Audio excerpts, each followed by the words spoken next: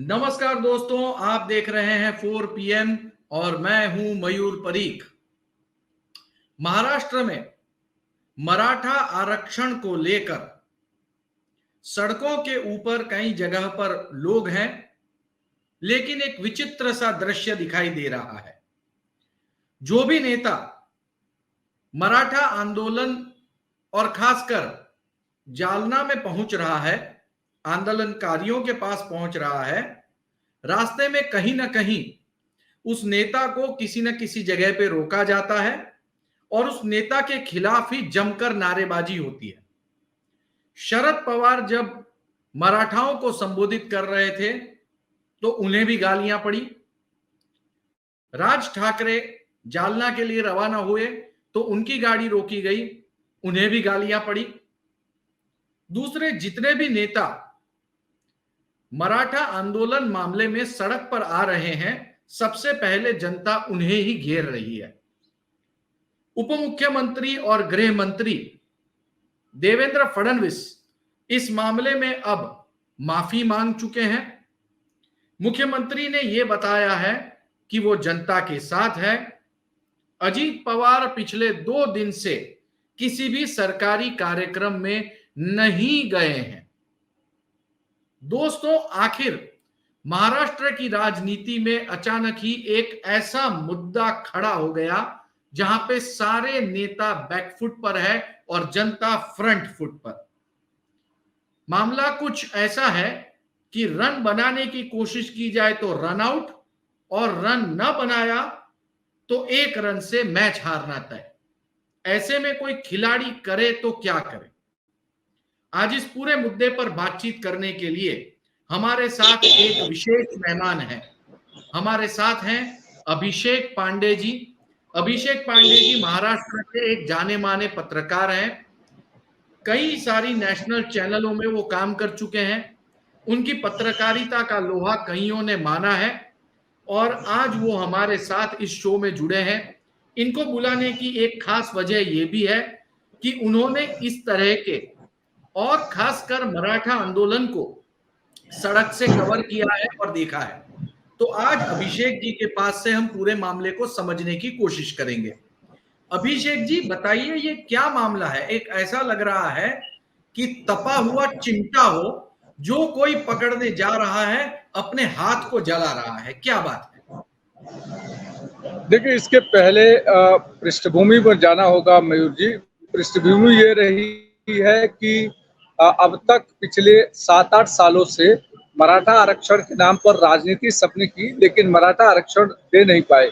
उसके पीछे संवैधानिक वजह है, क्योंकि मराठा आरक्षण अगर देते हैं तो उसी बिहाफ पर बहुत सारे अलग अलग आरक्षण देने पड़ेंगे महाराष्ट्र सरकार को भी और केंद्र सरकार को भी। वो टेक्निकल इशू है।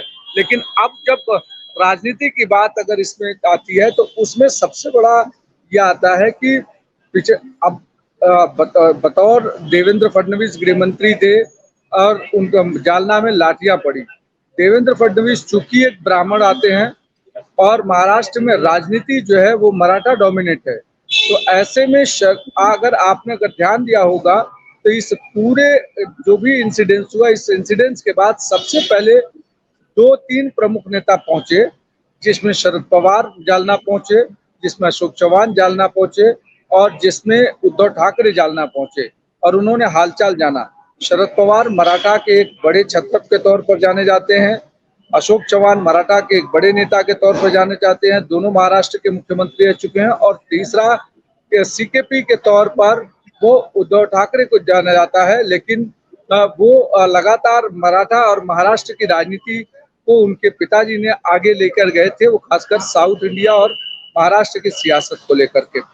ऐसे में उनको लगता है कि सरकार को घेरने का सबसे बढ़िया तरीका इस समय ये है कि किसी भी तरीके से अगर मराठाओं को इस आक्रोश को शांत नहीं करने दिया जाए तो उससे महाराष्ट्र की सियासत में भूचाल आएगा और उसमें अगर फडणवीस का विकेट जाता है तो वो कहीं न कहीं सरकार बैकफुट पर होगी और जो अपोजिशन है वो फ्रंट फुट पर होगा। हालांकि फडणवीस ने बुद्धिमानी ये दिखाई कि फडणवीस ने सरकार के बिहाफ से साथ साथ प्रशासन के बिहाफ पर उन्होंने पूरी मराठा समाज से माफी मांग ली यानी वो कहीं न कहीं एक पॉइंट बैकफुट पर गए ताकि महाराष्ट्र की सियासत को अच्छी तरीके से हैंडल किया जा सके।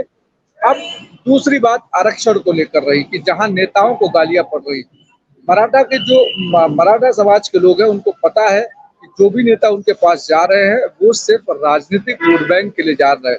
उनके पीछे हेतु या मंशा वो कोई मराठा समाज को आरक्षण दिलाना नहीं है। अगर शरद पवार इतने मराठा के ओजस्वी नेता थे और शरद पवार 2.5 साल तक महाविकास आघाड़ी सरकार के समन्वयक बने रहे, तो उन्होंने 2.5 साल में महाराष्ट्र में मराठा आरक्षण क्यों नहीं दिलाया, क्यों सुप्रीम कोर्ट में नहीं टिका पाए? फडणवीस ने एक पॉइंट पर जा करके हाई कोर्ट में मराठा आरक्षण को टिकाया था और हाई कोर्ट से पास होने के बाद फिर दोबारा उस पर पिटीशन की गई सुप्रीम कोर्ट में, और सुप्रीम कोर्ट में मराठा आरक्षण जब चल रहा था उसी समय फडणवीस की सरकार गई और उद्धव ठाकरे के नेतृत्व में सरकार बनी जिसमें सभी मराठा डोमिनेट लीडर थे, चाहे वो विलासराव देशमुख के बेटे हों, चाहे आपके शरद पवार खुद समन्वयक रहे हों, अशोक चौहान रहे हों, अलग अलग तरीके के सारे लोग थे। बावजूद इसके मराठा का जो आरक्षण था वो सुप्रीम कोर्ट में टिक नहीं पाया। और अब जब फिर से देवेंद्र फडणवीस की सत्ता में लौटे हैं, एकनाथ शिंदे मुख्यमंत्री बने हैं, तो ऐसे में अब सरकार के खिलाफ फिर से उकसाने का मौका मिल गया है। अगर आपने ध्यान दिया होगा तो अब जब पिछली बार फडणवीस की सरकार थी तो उस समय 58 मोर्चे निकाले गए थे महाराष्ट्र में मराठाओं। अचानक 2.5 साल में सारे मोर्चे गायब हो गए और इस 2.5 सालों में सरकार 2 जगह फेल होती है, फिर भी मोर्चे नहीं निकलते हैं और फिर दोबारा नई सरकार जब शिंदे के नेतृत्व में बनती है फिर मोर्चे निकलने शुरू होते हैं। यानी इसके पीछे कहीं न कहीं एक राजनीतिक हेतु या मंशा काम कर रही है, जो लगता है कि महाराष्ट्र के सियासत में मराठाओं के आरक्षण दिलाने के नाम पर आगे की अपनी राजनीतिक विषाद रची जा रही है। और यही वजह है कि अब मराठा समाज के लोगों को पता चल गया है कि जो नेता उनके पास जा भी रहे हैं, फिर चाहे सत्ता के हों या अपोजिशन के, वो उन्हें आरक्षण दिलाने कम बल्कि अपने राजनीतिक रोटियां सेकने ज्यादा जा रहे हैं। और इसीलिए कई जगहों पर इस तरीके की चीजें हुई हैं, ये इम्पोर्टेंट है। दूसरा महत्वपूर्ण चीज जो है इसमें लाठीचार्ज को लेकर के, लाठीचार्ज की जो स्थिति है वो निश्चित तौर पर एक निंदनीय है।